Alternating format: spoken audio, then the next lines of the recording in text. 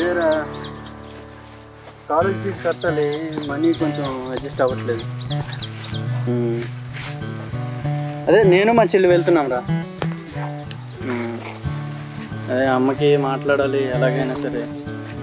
అమ్మన్న ఒక్కరితే ఉంటుంది కదరా, ఏం చేయాలి అర్థం కావట్లేదురా. సరే నీకు సీట్ దొరికిపోయిందా? మీరు పెద్దోళ్ళరా బాబు, మీకు ఎలాగైనా దొరుకుతుంది. చెల్లి ఇప్పుడే ఎంటర్ అయింది, నెక్స్ట్ తనకు కూడా ఏదో ఒకటి చూసుకోవాలి. డాక్టర్ చదువుతానని ఒకటే లొల్లి ఇంటి దగ్గర. అమ్మ ఒక్కరితే కదా చూసుకోవాలి. సరేరా, ఓకేరా ఓకేరా.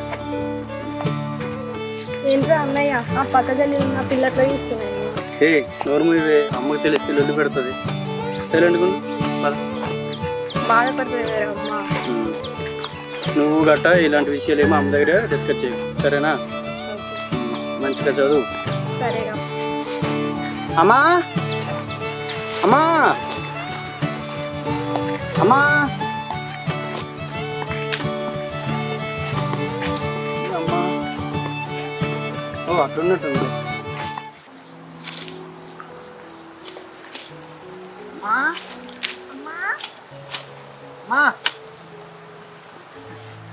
ఏంటయ్యా మీరెందుకు ఎండలో వచ్చారు?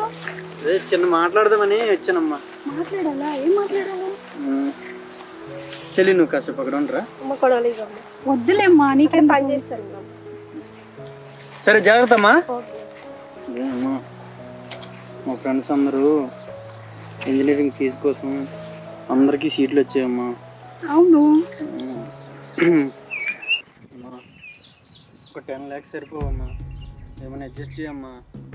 ఇంకేడికి వెళ్తే వాళ్ళయ్యా, నేను అవే అప్పు చేసి తెచ్చిన కదా.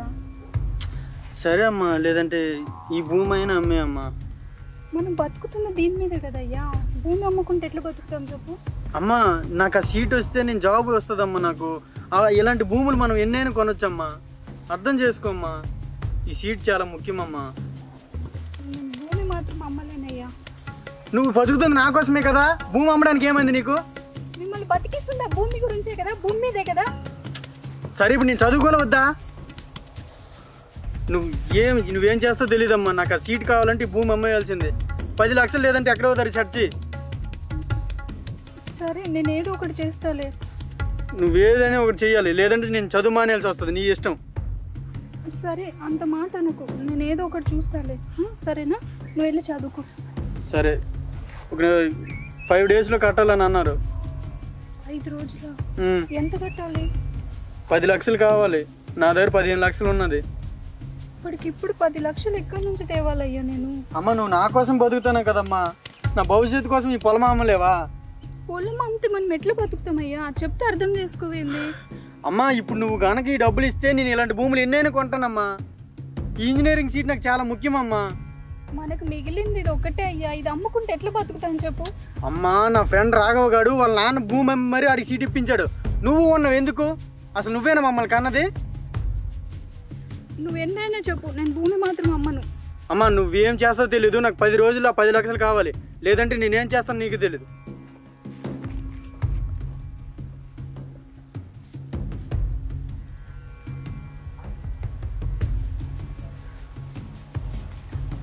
పిల్లల చదువు కోసమే ఉన్న ఆస్తి అంతా అమ్మేసిన, ఇప్పుడు ఉన్న ఈ ఆఖరి భూమి కూడా అమ్మమంటే ఎట్లా? 5 లక్షలు 10 లక్షలు ఎక్కడి నుంచి తేవాలి నేను? ఇంత ఎత్తి ఎదిగిండు, కొంచెం కూడా అర్థం చేసుకోడు. ఏం చేయాలో ఏమో.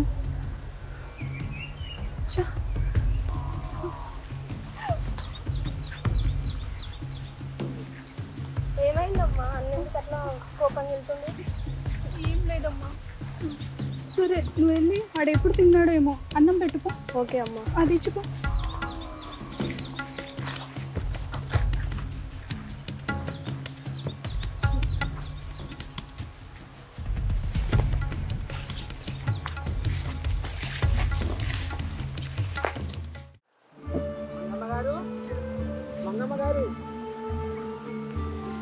ఏమైంది?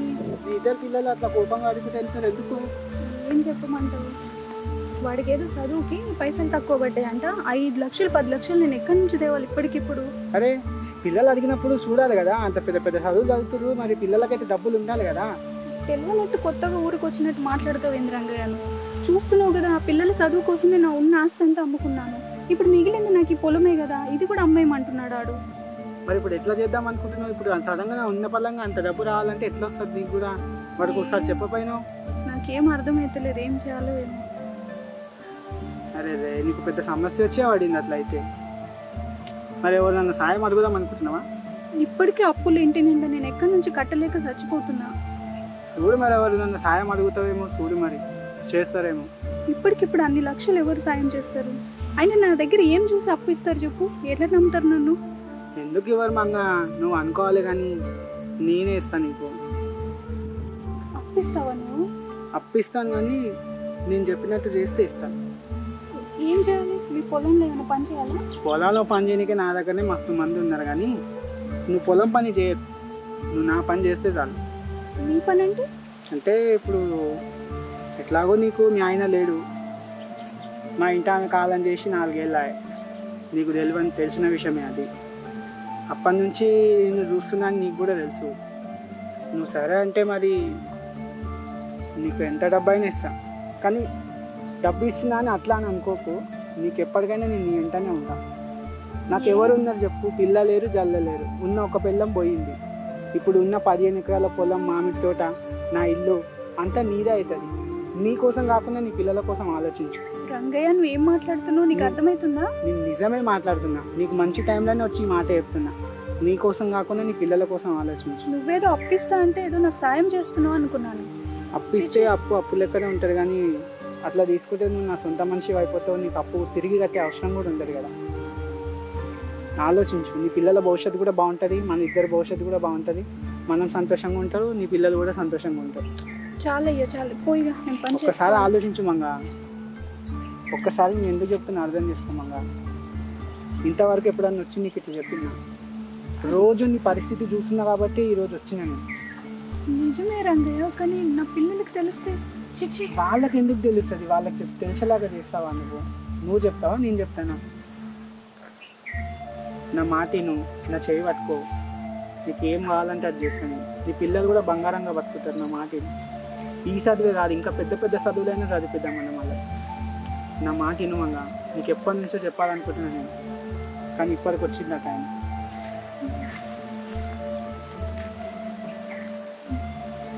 సరే, కానీ వాళ్ళ చదువులకు సరిపడే డబ్బు సాయం చేస్తావు కదా? వాళ్ళ చదువులు ఇంకా ఎంత చదవాలంటే అంత చదివిస్తా, కానీ నువ్వు నా ఇంట్లో ఉండి ఒక్కదాన్ని అంతే చాలు. మనం ఏమంటే అది చేద్దాం మన పిల్లల కోసం.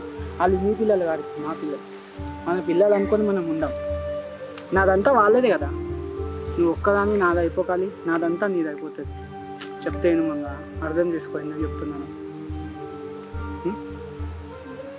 ఎందుకు మనసు ఒప్పుతలేదు అంటే? పిల్లల్ని పెట్టుకుని పిల్లలకి ఎట్లయితే పిల్లలకు మనం చెప్పాం కదా, నువ్వు చెప్తావా పిల్లలకి? చెప్తేను మంగ, మంచిగా జీవితం అదైపోతుంది. నాకేమో అదైపోతుందని కాదు, నేను నీకోసమే ఆలోచిస్తున్నా, అప్పుడైనా ఎప్పుడైనా. సరే, సరేనా మరి? ఖచ్చితంగా సాయం చేస్తాను కదా? ఖచ్చితంగా చేస్తా, నువ్వేం టెన్షన్ పడకు. నేను ఇప్పుడు నీకు చెప్పేది కూడా వాళ్ళ చదువుల కోసమే. వాళ్ళ కోసమే నాకు తెలుసు. నీ పిల్లలకి ఏం తెలియదు, నీ పిల్లలు మంచిగా ఉంటారు. వాళ్ళకి తెలియకుండా నేను డబ్బు సర్దుబాటు చేద్దు కానీ, సరేనా? సరే సరే పదమంగా మాట్లాడుతారా? ఇంకా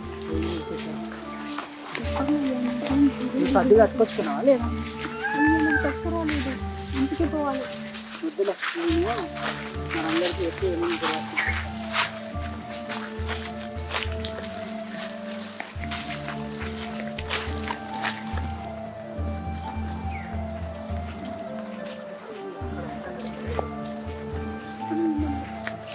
సరే, ఇప్పుడు ఏడికి?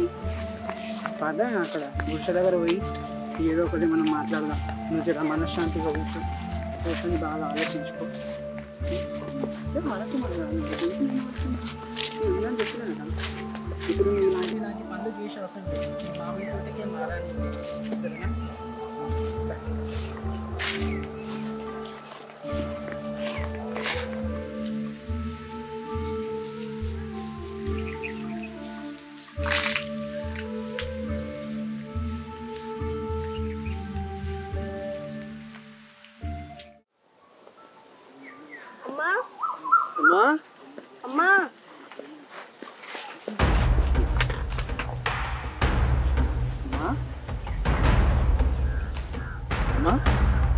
ఎలా ఉన్నాడు? అది బాబు. అతను ఎక్కడేంటమ్మా? అసలు ఏం చేస్తున్నావమ్మా నువ్వు? అసలు అసలు అతన్ని ఇక్కడ రావడం ఏంటి? లేదు, సాయం చేస్తా అంటే. ఏం సాయం అమ్మా? ఛీ, అసలు నువ్వు ఇలాంటి దాని మీద కల్లో కూడా అనుకోలేదు. నిన్ను నమ్ముకునే కదా మేమిద్దరం ఎంత చదువుకుంటున్నాము. అసలు నీ గురించే కదమ్మా మేము బతుకుతుంది. ఛీ, ఇలాంటి పిచ్చి పని చేయడానికి నీకు సిగ్గులేదు? చెట్టు అంత కొడుకులు కూతుళ్ళు ఉన్నావు, ఈ వయసులో కూడా ఏంటమ్మా నీకు? ఛీ, తడుచుకుంటేనే అసేమవుతుంది. ఎంత నమ్ముకున్నామమ్మా, అన్నీ నువ్వే అనుకున్నావు. మధ్యలో ఏంటిది? అసలు బయట పేరు చెప్పుకుంటే పరువు పోతుంది. ఇలాంటి పిచ్చి పని చేస్తావేంటమ్మా? ఛీ, ఇప్పుడు చెల్లి చూసింది, చెల్లి కూడా నీలాగా అయితే చూడు చెల్లి ఎలా అవుతుందో. ఏంటమ్మా నిన్ను చూసి కూడా నన్ను కూడా అలానే అనుకుంటారు కదా. ఛీ, అసలు ఈ ముఖం చూడడానికే నేను పాపంలా ఉందమ్మా. ఛీ, చెల్లిని మాత్రం నీలా పెంచుకోండి, నేను మంచిగా పెంచుకో పదమ్మా. ఛీ, ఆగండి. అయ్యో ఆగండి అన్న.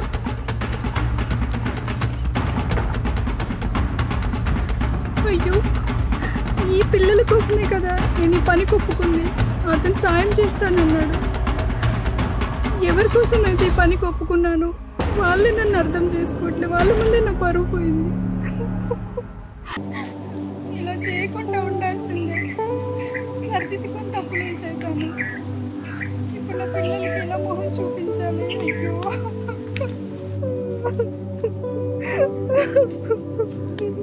నేను తప్పు చేయకుండా ఉండాల్సిందే. తప్పు చేయకుండా ఉండాల్సిందే. అనవసరంగా తప్పు ఒప్పుకున్నాను. ఏదో వాళ్ళ చదువులకి ఆయన సాయం చేస్తాడంటే ఒప్పుకున్నాను. ఒప్పుకోకుండా ఉండాల్సింది.